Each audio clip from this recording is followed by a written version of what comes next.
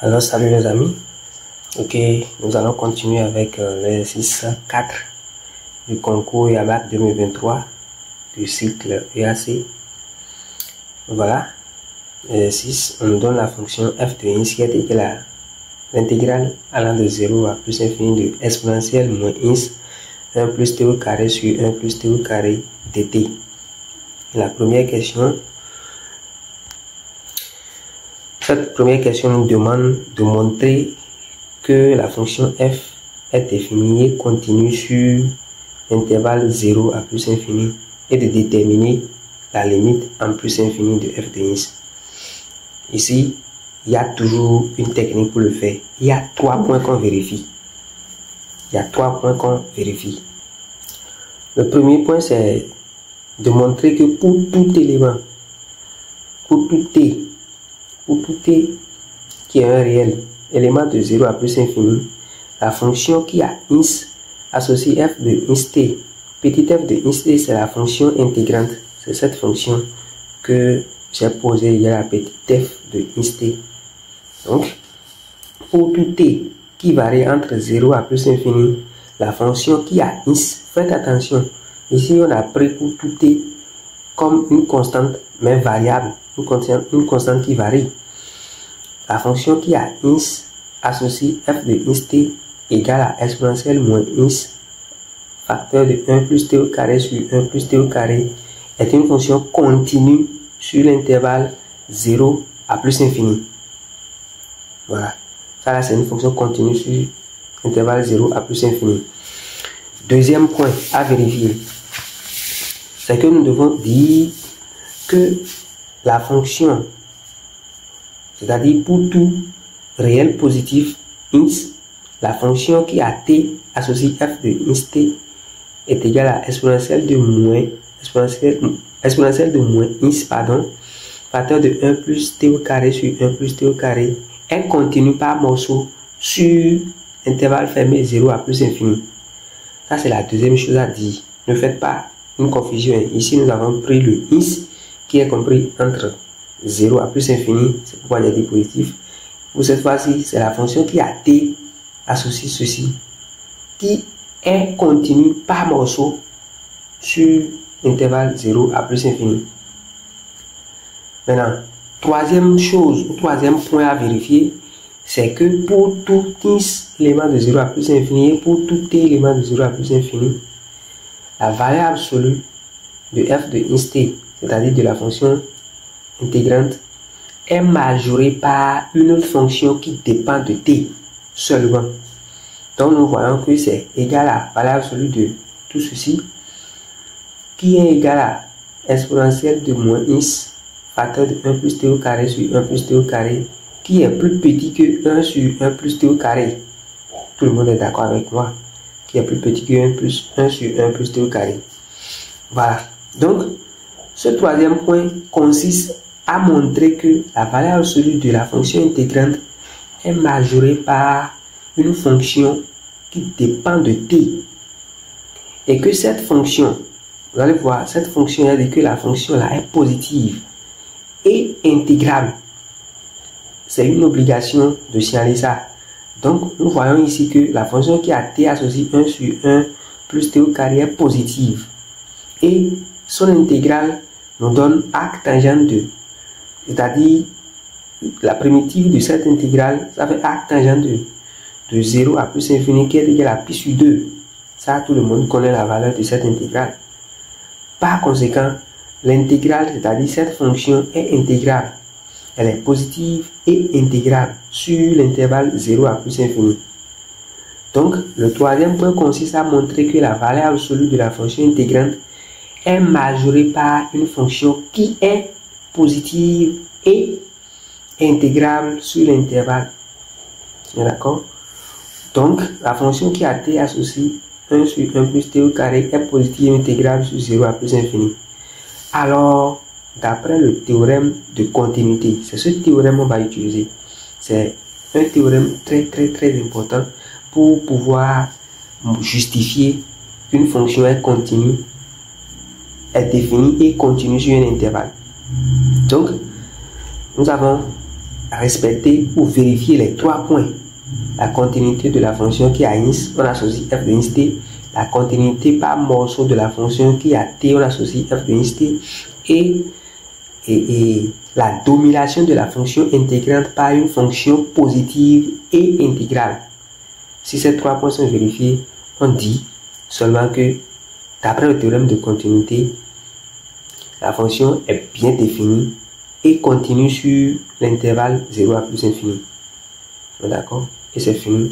La question est terminée. Maintenant, nous allons calculer la limite lorsque ins tend vers plus infini de la fonction f de ins. Nous voyons que la limite lorsque ins tend vers plus infini de f de ins, ça fait limite lorsque ins tend vers plus infini de l'intégrale allant de 0 à plus infini de exponentielle de i moins ins facteur de 1 plus t au carré sur 1 plus t au carré de t, qui est égal à l'intégrale allant de 0 à plus infini de limite lorsque ins tend vers plus infini de exponentielle de moins ins facteur de 1 plus t au carré sur 1 plus t au carré. Donc, cette valeur nous donne quoi? Nous voyons que la limite lorsque ins tend vers plus infini de f de ins donne intégrale allant de 0 à plus infini de 0 dt. Parce que cette intégrale, la limite quand ins tend vers plus infini de exponentielle de moins ins 1 plus t au carré est égal à 0, puisque le ins est positif et tout ceci est positif. Par conséquent, l'exponentielle de tout ceci en plus infini va donner l'exponentielle de moins infini qui est 0. Donc, on a 0 sur quelque chose qui va donner 0. C'est pourquoi ça donne intégrale allant de 0 à plus infini de 0 dt. Et donc, nous avons justifié la raison ici. Alors, la limite lorsque ins tend vers plus infini de f de ins est égale à 0. Voilà. La deuxième question demande de montrer que la fonction est dérivable sur 0 à plus infini, ouvert bien sûr sur 0 à plus infini, et de déterminer sa dérivée. Ici également, nous avons des points à vérifier.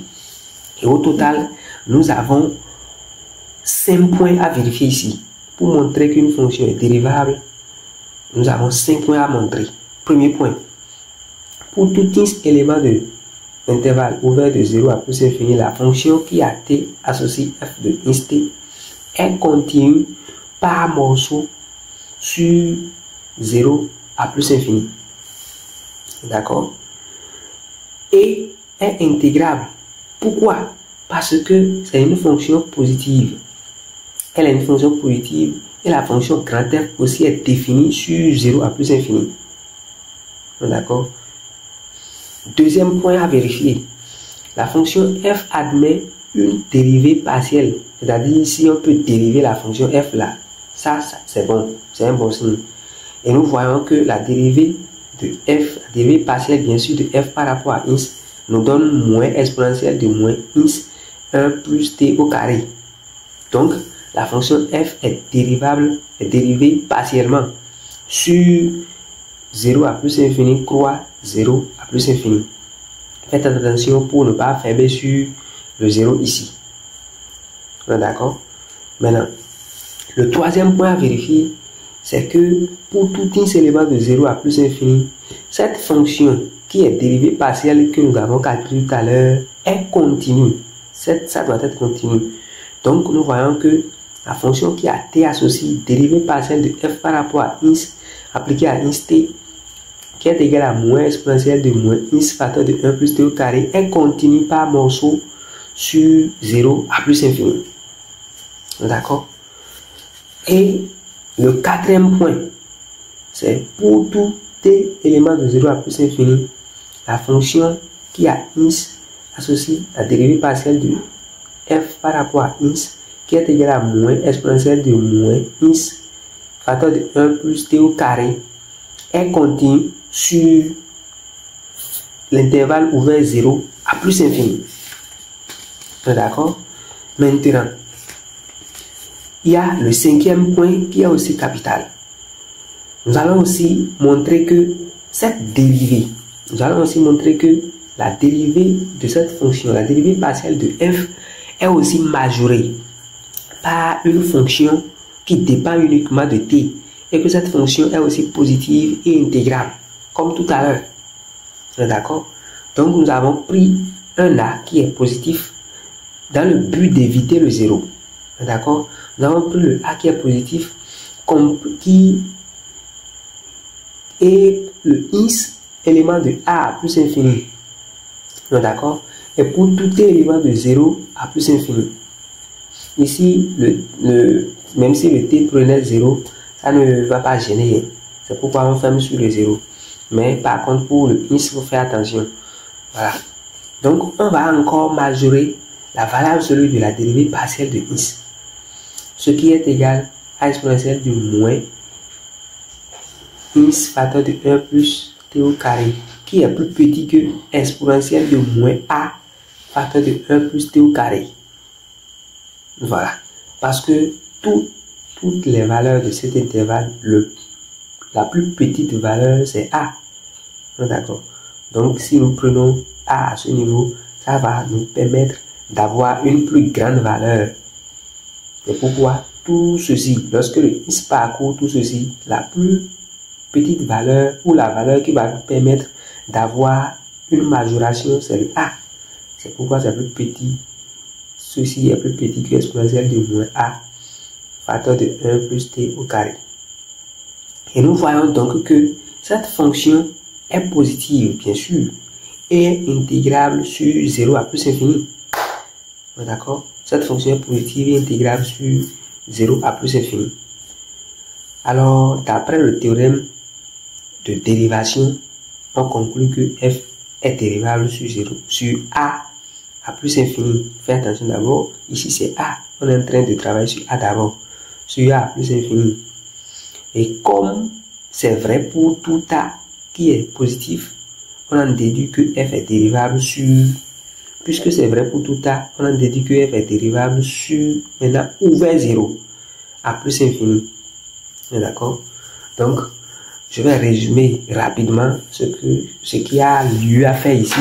Quand on veut montrer qu'une fonction est dérivable sur un intervalle ou bien la fonction est de classe C1, vous avez l'obligation de vérifier ces 4 points. Montrer que la fonction, c'est-à-dire vous prenez le premier la première variable, c'est-à-dire le ins, et vous montrez que la fonction qui a t, vous prenez la deuxième fonction qui a t associée, la fonction intégrante là. Vous signalez qu'elle est continue par morceau sur 0 à plus infini et intégrable. Deuxième chose, vous montrez que la fonction f est dérivable par rapport à ins. Ici, c'est par rapport à ins parce que on veut utiliser la variable ins pour la fonction f. Si c'était que c'est la variable t, là, c'est que vous devez faire la dérivée par rapport à t. Donc, ici, c'est la variable ins qu'on veut utiliser. D'accord? On va utiliser la variable t ici et ici. C'est pourquoi on a dérivé par rapport à ins.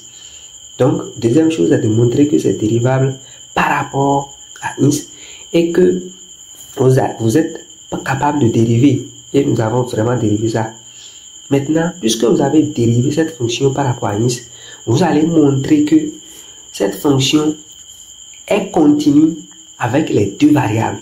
C'est-à-dire, quand la fonction qui a t, on associe la dérivée partielle de f par rapport à ins, cette fonction est continue par morceau. De 2, la fonction qui a ins associe la même dérivée est aussi continue sur 0 à plus infini. D'accord? Faites une différence. Voilà, ici on veut utiliser on veut faire la dérivée par rapport à ins. Donc, quand il s'agit de la dérivée par rapport à ins, vous allez constater que je ne dis pas que c'est continu par morceau, mais je dis directement que c'est continu. Mais quand il s'agit de t, qui n'est pas la variable par rapport à laquelle on veut faire la dérivée, je dis que c'est continu par morceau. Donc, il faut faire cette différence-là. Et la dernière chose, c'est de majorer cette dérivée-là.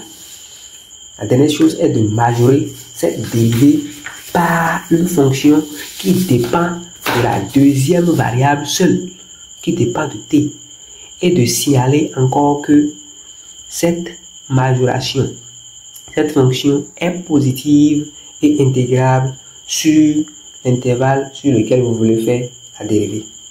Et c'est tout. Si vous réussissez à énumérer ces 5 points, vous pouvez utiliser alors le théorème de la dérivation pour dire que la fonction f est dérivable sur l'intervalle qu'on vous indique. On peut aussi dire de classe C1, c'est la même chose. Vous pouvez utiliser l'expression est de classe C1 ou bien est dérivable. Voilà un peu le résumé de ce qui est fait. Merci beaucoup. Si vous n'avez pas bien compris, vous pouvez retourner en arrière pour bien visualiser l'explication. Maintenant, nous allons déterminer la dérivée de la fonction f. D'après ce théorème, le théorème de la dérivation, ça nous dit que la dérivée de cette fonction, puisque la fonction est déjà dérivable, ça nous donne l'intégrale de 0 à plus infini de la dérivée partielle de f par rapport à x appliquée à x t. Et comme nous connaissons déjà la dérivée partielle, nous allons remplacer dedans. Et ça nous donne l'intégrale de 0 à plus infini de moins exponentielle de moins x facteur de 1 plus t au carré de t. Et donc, la dérivée de grand F, c'est-à-dire f' de x, est égale à moins exponentielle de moins x intégrale à 1 de 0 à plus infini de exponentielle de moins x t au carré de t. Voilà la dérivée. Autant pour moi, j'ai su que vous ne voyez pas. Voilà la dérivée.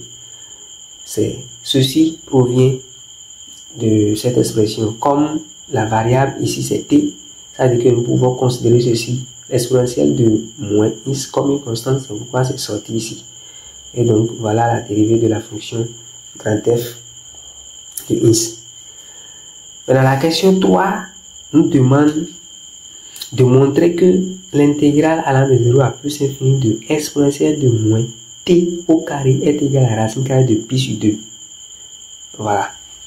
Donc, rappelons que dans la question 2, qui vient d'être fait, le f' de x est égal à moins exponentielle de x intégrale allant de 0 à plus infini de exponentielle de moins x t au carré dt. Et donc, nous allons passer par un changement de variable pour pouvoir déterminer ce que nous voulons. Donc, nous allons poser u qui est égal à la racine carrée de x t, ce qui implique que le d de u, ça va être racine carrée de x dt. Et donc, comme vous le savez, nous allons essayer de faire ce petit protocole-là. En élevant le u au carré, nous allons voir que ça fait x t au carré qui est en dessous de notre exponentielle. Et donc, en élevant le u au carré, nous allons constater que ça va donner exactement ce qui est au-dessus de l'exponentielle, d'accord, qui est ici. L'objectif, c'est de retrouver l'expression qu'ils ont demandé ici, le t au carré. Donc, quand le t va tendre vers 0, le u tend vers 0, et quand le t va tendre vers plus infini, le u aussi tend vers plus infini. Donc, en remplaçant les choses dedans, nous voyons que la dérivée de f est égale à moins exponentielle de moins x sur racine carrée de x intégrale à 1 de 0 à plus infini de exponentielle de moins u au carré du. J'ai juste remplacé les choses dedans. Ici, normalement, nous avons, à ce niveau, nous avons dt. J'ai remplacé la valeur de dt dedans parce que dt ici, ça fait... Vous avez vu, non? Le dt, si on veut tirer dt, ça va donner d de u sur racine carrée de x.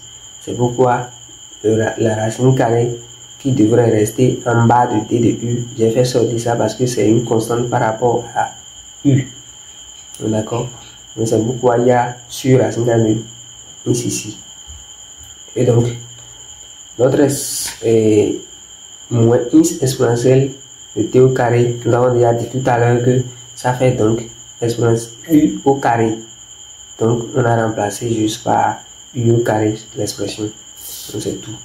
Donc, par suite, nous voyons que la question nous demande d'intégrer la dérivée. Donc, nous allons intégrer la dérivée par entre 0 et plus infini. Donc, vous avez intégrale de 0 à plus infini de grand F prime de ins, de ins. Ça va donner donc et le F même. Ça va donner le F même en plus infini. Quand j'écris F en plus infini, c'est parce que je ne voulais pas trop écrire. Sinon, normalement, c'est la limite. D'accord? La limite de grand F de ins quand ins tend vers plus infini de grand F de ins. D'accord? Moins maintenant F de 0 ici. D'accord? Maintenant, ça fait donc moins F de 0 parce que la limite, parce que la limite quand ins tend vers plus infini de grand F de ins, c'est égal à la limite lorsque ins tend vers plus infini de l'intégrale allant de 0 à plus infini de exponentielle de moins ins facteur de 1 plus t au carré. J'espère que vous voyez, hein, sur 1 plus t au carré. Maintenant, en plus infini, ce qui est en haut ici va nous donner 0. Donc, ça va être 0 sur quelque chose qui va donner 0. Donc, intégrale de 0, ça va être 0. N'oubliez pas, on a déjà calculé ça même. C'est pourquoi il nous avait même demandé de calculer ça. Il nous avait demandé de calculer le f de ins. C'est où déjà? Il nous avait déjà demandé de calculer le f de ins. Très bien. Donc, la limite quand ins tend vers plus infini, ça fait déjà le f de ins, ça fait 0. D'accord? Voilà. Donc, s'il en est ainsi, ça veut dire que nous avons bel et bien ceci qui est 0. Ça s'annule déjà parce que nous l'avons déjà calculé dans la question précédente. Et ça nous reste donc moins f de 0. Le f de 0, nous savons que le f de 0, ça nous donne pi sur 2. Ça nous donne pi sur 2. Pourquoi? Ça nous donne pi sur 2 parce que quand nous allons remplacer le ins par 0, nous aurons exponentielle de 0 ici qui donne 1. Et on aura intégrale de 0 à plus infini de 1 sur 1 plus t au carré, qui est une intégrale connue de tous. Ça va être pi sur 2. D'accord? Voilà. Donc c'est pourquoi ça va être pi sur 2. Et donc, nous voyons là que ça nous donne effectivement notre moins qui est là, le f de 0 qui est pi sur 2. Maintenant, on va remplacer chaque chose par sa valeur. Nous avons donc l'intégrale à gauche qui est ici. Cette intégrale, on a intégré ceci. Nous allons intégrer ceci entre 0 et plus infini et aussi intégrer celui-ci entre 0 et plus infini. D'accord? Nous venons d'intégrer ceci et nous avons vu que ça nous donne comme valeur moins pi sur 2. De la même manière, nous allons intégrer aussi celui-ci entre 0 et plus infini pour voir ce que ça va donner. Donc, en intégrant, nous voyons que cette partie devient déjà une constante par rapport à x. D'accord? C'est-à-dire, comme c'est une intégrale déjà calculable, c'est-à-dire que l'intégrale entre 0 et plus infini n'aura plus effet sur lui. C'est déjà une constante. Donc, ça serait fort simplement appliqué sur cette partie. Donc, quand nous allons intégrer l'intégrale, nous allons amener l'intégrale, ça va agir seulement sur cette partie. Parce que cette partie, cette quantité est déjà une constante. D'accord? Ça ne dépend pas de la variable qui serait à ce niveau. Donc, j'ai choisi d'utiliser la variable t pour que ça soit un peu plus là. Donc, ça fait donc cette constante qui est là. Maintenant, l'intégrale de 0 à plus infini de moins exponentielle de moins t sur la scale de t dt. Je n'ai fait que intégrer à ce niveau. D'accord? Donc, appliquer l'intégrale à ce niveau. Et cette partie, c'est ça que j'ai réécrit ici. Donc, fois ceci. Et donc, nous voyons qu'il y a un moins ici. Et il y a encore un moins au dehors à ce niveau. Donc, ces deux moins vont se simplifier.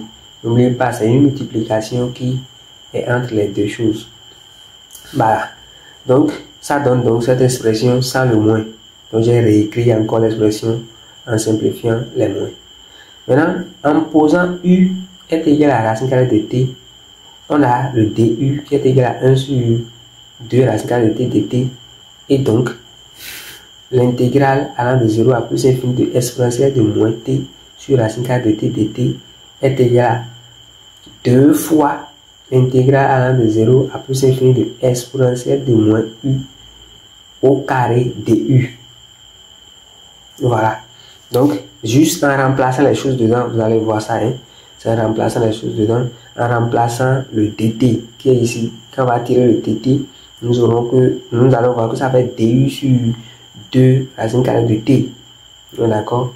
Et en retrouvant encore la racine carrée de t, ce que ça donne donc le u. D'accord?